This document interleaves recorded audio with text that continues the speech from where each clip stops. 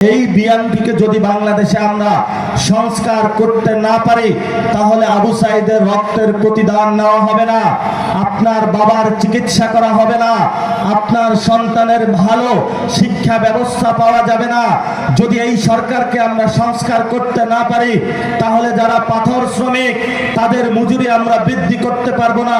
যদি আমরা এই সরকারকে সংস্কার না করি তাহলে টেন্ডারবাজি, চাঁদাবাজি, সন্ত্রাসী, রাতের বেলায় ব্যবসায়ীদেরকে ফোন দিয়ে বাবার টাকা পাঠাও নাইলে কিন্তু কালকে দোকান বন্ধ হয়ে যাবে, এই ধরনের অপসংস্কৃতি বাংলাদেশে আমরা বন্ধ করতে পারবো না। এই অপসংস্কৃতি যদি আমরা বন্ধ করতে চাই তাহলে আমাদের সামনে নতুন একটি সুযোগ এসেছে। সেই সুযোগটা হলো আগামীর স্থানীয় সরকার নির্বাচন। এই নির্বাচনে যারা গত নির্বাচনে আমাদেরকে প্রতিশ্রুতি দিয়েছিল যে আবু সাইদের রক্তের উপরে দাঁড়িয়ে আমি বাংলাদেশে সংস্কার বাস্তবায়ন করব, ঠিক 2 বছর পরে বাংলাদেশের জনগণের সাথে পল্টি মেরে বলেছে সংশোধন করব, এখন সংস্কারের প্রয়োজন নেই, তাদেরকে আগামীর স্থানীয় যে সরকার নির্বাচন রয়েছে তাদেরকে আপনারা লাল কার্ড হাতে ধরিয়ে দিতে হবে। সবাই রাজি আছেন? জনগণকে ডিস্টার্ব করে, মনে করছে ওরা একক সর্বসেবা। গত 17 বছর ধান খেতে পালিয়েছিল, পাট খেতে পালিয়েছিল, একটা বালুর ট্রাকও সরাইতে পারে নাই। আমরা পড়ার টেবিল থেকে উঠে এসে এই নির্যাতিত মানুষকে মুক্তি দিয়েছি, কিন্তু গত 2 বছরে কোনো কি পরিবর্তন হয়েছে? যদি না হয়ে থাকে, নেড়া একবার বেল তোলা যায়, 2 বার যায় না। যদি আমাদের সাথে তারা সেই প্রতারণা করেই থাকে তাহলে আমাদের এখন সিদ্ধান্ত নেবার সময় এসেছে। যারা বাংলাদেশের আইন শৃঙ্খলা ঠিক করতে পারে না, যারা বাংলাদেশের স্বাস্থ্য ব্যবস্থা ঠিক করতে পারে না, যারা বাংলাদেশের অর্থনীতি ঠিক করতে পারে না, যারা বাংলাদেশের সমাজের বিভিন্ন জায়গায় কার্ডের নামে শুধু বিএনপি লোকদেরকে বেছে বেছে কার্ড দেওয়ার প্রতারণা করছে, জনগণের সামাজিক জায়গায় যে বরাদ্দটা ছিল পুরো বরাদ্দটা একটা দলীয় লোকদের পকেটে ভরার আয়োজন করছে, আমরা তাদেরকে বলবো এখনো সময় আছে, ঠিক হয়ে যান। যদি ঠিক না হন, ঠিক কিভাবে করতে হয় সেটাও আমরা জানি, কারণ জনগণ 2024-এ যেইভাবে ঠিক করার জন্য লাঠি প্রস্তুত করেছিল, বাঁশ প্রস্তুত করেছিল, আমাদের বাংলাদেশের বাঁশ বাগানও হারায়া যায় নাই, আর লাঠির ফ্যাক্টরিও হারায়া যায় নাই।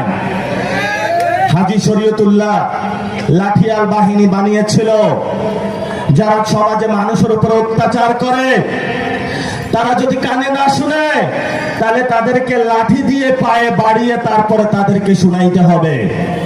আমরা অনেক ধৈর্য ধারণ করছি, আমরা আপনাদেরকে গত 5 মাস সুযোগ দিয়েছি, লাইনে আসেন, বেলাইনে হাঁটবেন না। সরকার এখন জনগণের কাছে আবেদন করেছে, ভাই আমি কোনো কাজ টাজ করতে পারবো না, তোমরা আমাকে অটো পাস দিয়ে দাও, আমি এইভাবে 5 বছর সরকার চালাইতে চাই। আমরা বলবো আবু সাইদের রক্তের উপরে দাঁড়িয়ে জনগণের সেবা না করে বাংলাদেশে আর কাউকে অটো পাসের সরকার চালাইতে দেওয়া হবে না। কালার এক্সপার্ট এবং ডার্ক স্যাপ সমৃদ্ধ অরিক্স অ্যাডভান্স ডিটারজেন্ট পাউডার, আপনার laundry expert. Sheikh Hasina auto pass সরকার চালিয়েছিল ভারতের নেতৃত্বে। যদি জিয়াউর রহমানের সন্তান হয়ে ভারতের কাছে যেতে চান, আমরা বলবো যান। বাংলাদেশে আরো জনগণ আছে, আপনাকে দেখবেন আপনি জিয়াউর রহমানের সন্তান কিনা, বেগম খালেদা জিয়ার সন্তান কিনা, আপনাকে তখনই জিয়াউর রহমানের সন্তান, বেগম খালেদা জিয়ার সন্তান হিসেবে দেখব যদি আপনি বাংলাদেশের মাটি এবং মানুষের কাছে আসেন, ভারতের বর্গা পরিত্যাগ করে বাংলাদেশের জনগণের পক্ষে দাঁড়ান। আপনার মা 17 বছর যুদ্ধ জিহাদ করেছিল, কারো সাথে আপোষ করে নাই, বলেছিল ওদের হাতে গোলামীর জিঞ্জির, আমাদের হাতে স্বাধীনতার পতাকা। আমরা বিএনপির ভাইদের হাতে গোলামীর জিঞ্জির তুলে দিতে চাই না বাংলাদেশে। যদি গোলামের জিঞ্জির পড়তেই চান, বাংলাদেশের শহীদ ওসমান হাদি যে আজাদির ডাক দিয়েছিল, আজাদির সূর্য সৈনিকরা গোলামের জিঞ্জির ভেঙে চুরমার করে দিবে বাংলাদেশে ইনশাআল্লাহ। কথা শেষ করব। এখন উপজেলা প্রশাসনে কাদেরকে নিয়োগ দেওয়া হচ্ছে? যোগ্যতা হলো যারা নির্বাচনে হেরেছে তাকে উপজেলা প্রশাসক হিসাবে দিয়েছে, তাকে জেলা প্রশাসক হিসাবে দিচ্ছে। বিভিন্ন জায়গায় উপজেলা চেয়ারম্যান যে জায়গাটা আছে সেখানে আওয়ামী লীগের লোকদেরকে টোপ দেওয়া হচ্ছে।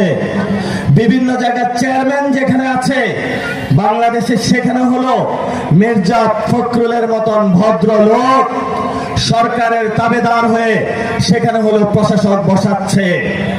গত 17 বছর তাহলে গণতন্ত্র বলে চিৎকার করেছেন কেন? যদি গণতন্ত্র বলতেই হয়, সত্যিকার গণতন্ত্রে আসুন, নির্বাচনে আসুন।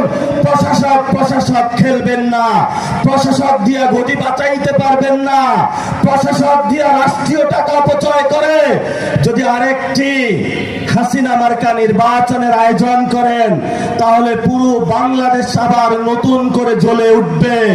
সেই জ্বলে উঠাতে বিএনপির ক্ষমতার মসনদ কোথায় যাইবে সেটা আমরা গ্যারান্টি দিতে পারি না। আমাদেরকে বলে তোমরা ধমক দাও কেন, কি করতে পারবা? ক্ষমতায় এসেছেন ডিজিএফআই দিয়ে, ক্যান্টনমেন্টের ক্ষমতা দিয়ে। বড় বড় কথা বলবেন না। খালেদা জিয়া দলটাকে গণতান্ত্রিক বানাইতে চেয়েছিল, আপনি সেই দলকে আবার এখন ভারতের মধ্যে ঢুকাচ্ছেন। আপনি সেই দল এখন গিয়ে আবার ক্যান্টনমেন্টে উঠাইছেন। চারিদিকে ঘুরছে সরকার পাগল হয়ে, একবার চায়না যায়, একবার ভারতে যায়, একবার ইউএসএ যায়। কোন দেশ আপনাদেরকে রক্ষা করতে পারবে না। যদি রক্ষা করতেই হয়, বাংলাদেশের 18 কোটি মানুষ যেভাবে গত 17 বছর ধান খেতে আশ্রয় দিয়েছে, আপনাদের পাট খেতে আশ্রয় দিয়েছে, সেই মানুষের কাছে ফিরে আসুন। তারাই বাংলাদেশের ভবিষ্যৎ। কোন দেশ বাংলাদেশের ভবিষ্যৎ হইতে পারে না। আপনারা আজকে এখানে অনেক কষ্ট করে এসেছেন। আমরা আজকে 2টা বছর পার করেছি। যেই ছেলেটা জীবন দিয়ে গিয়েছে তার রক্তের সামনে এখন আমরা দাঁড়াইতে পারি না। সে চেয়েছিল আপনার সন্তান ভালো চিকিৎসক হবে, ভালো একজন শিক্ষক হবে। আজকে আমাদের স্বপ্নগুলো তারা ধূলিসাৎ করে দিয়েছে। বাংলাদেশের মানুষের সাথে তারা প্রতারণা করেছে, নারীদের সাথে তারা প্রতারণা করেছে, আলেম ওলামাদের সাথে প্রতারণা করেছে, শ্রমিকদের সাথে তারা প্রতারণা করেছে, ব্যবসায়ী ভাইদের সাথে তারা প্রতারণা করেছে। আমরা এই প্রতারণার ফাঁদে পা দিতে ইচ্ছুক নই। আমরা কারো খাইও না, কারো থেকে টাকাও নি না, নিজের টাকায় খাই। আপনাদের এই সদরের রাজতন্ত্রে আমরা আমাদেরকে বর্গা দিতে পারবো না। জিয়াউর রহমানের বউ বেগম খালেদা জিয়া প্রধানমন্ত্রী হয়েছেন, তারপরে তার ছেলে প্রধানমন্ত্রী হয়েছেন। পঞ্চগড়ে এক আসনের দিকেও তাকাইলে ব্যারিস্টার জমিরুদ্দিন সরকার, ওনার পরে মনে করছিলাম একজন গণতান্ত্রিক ভাবে নির্বাচিত হবে। সেই জমিদারি শাসন চালু হয়ে তার ছেলে হলো। তাহলে বাংলাদেশে যদি ছেলের ছেলে এমপি হয়, ছেলের ছেলে মন্ত্রী হয়, ছেলের ছেলে প্রধানমন্ত্রী হয়, তাহলে নির্বাচন ব্যবস্থার নামে তামাশার কি দরকার বাংলাদেশে? এটা কি বাংলাদেশের বর্গা পাইছেন? একদিকে বলবেন গণতন্ত্র, আরেকদিকে কায়েম করবেন রাজতন্ত্র। বাংলাদেশে আমরা কোন পরিবারতন্ত্র আর চাই না, চাই না, চাই না।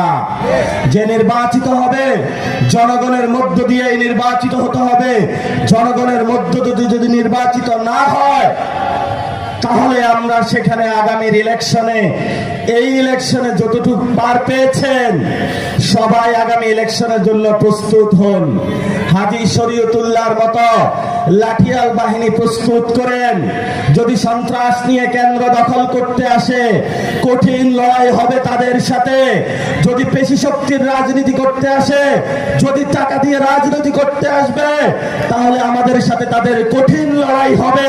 কারণ আবু সাইদের রক্তের সাথে পেশি শক্তি যায় না, আবু সাইদের রক্তের সাথে বাংলাদেশে টাকার রাজনীতি যায় না, আবু সাইদের রক্তের সাথে বাংলাদেশে বাপের রাজনীতি যায় না, মায়ের রাজনীতি যায় না। যদি রাজনীতি করতেই হয়, জনগণ যাকে ভোট দিয়ে নির্বাচিত করেছে তাকেই ক্ষমতা দিতে হবে। সার্জি সালাম এখানে জয় হয়েছিল, রাতের আগায় কেন্দ্র দখল করে ঢাকা থেকে ইঞ্জিনিয়ারিং করে এখানে হারানো হয়েছে। এইবার আমরা ছাড় দিয়েছি বাংলাদেশের স্বাধীনতা সার্বভৌমত্বের জন্য। আগামীর এই খেলায় কঠিন লড়াই হবে, হুঁশিয়ার করে দিয়ে গেলাম আজকে তেতুলিয়ার মাটিতে। সেই লড়াই কি হবে আমরা জানি না। আমরা ধৈর্য ধারণ করে আছি। ধৈর্যকে আপনারা দুর্বল ভাববেন না। যদি ধৈর্যকে দুর্বল ভেবে থাকেন, কালার এক্সপার্ট এবং ডার্ক স্যাপ সমৃদ্ধ অরিক্স অ্যাডভান্স ডিটারজেন্ট পাউডার আপনার লন্ড্রি এক্সপার্ট।